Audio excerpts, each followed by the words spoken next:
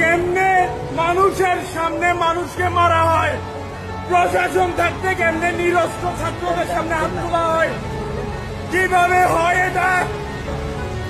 আমি তো কেউ না, আমি কথা নিয়ে যুদ্ধ করতে আসি নাই, আমি সাধারণ একজন জনগণ। আমি আমার চাকরিতে যাচ্ছিলাম, আমার কেন এসব সহ্য করতে হচ্ছে? আমি তো আন্দোলনে নামি নাই, আমার কেন রক্তাক্ত হতে হলো? আমি তো আন্দোলনে নামি নাই, আমি তো কোনো দল করি না, আমার কেন এগুলাতে দেখতে হলো? কেন এখানে ককটেল ফুটানো হচ্ছে কিন্তু পুলিশ এখানে দাঁড়ায় আছে? পিছনে ক্যামেরা দেন, পুলিশের পুরো বাহিনী এখানে দাঁড়ানো। আমার রাস্তায় ককটেল ফুটানো হচ্ছে আমাদের উপরে।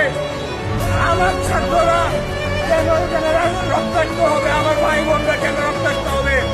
আল্লাহর কাছে জবাব দিবা তোমরা সবাই। আমি কোনো নেতা না, আমি কোনো পলিটিশিয়ান না, আমি কোনো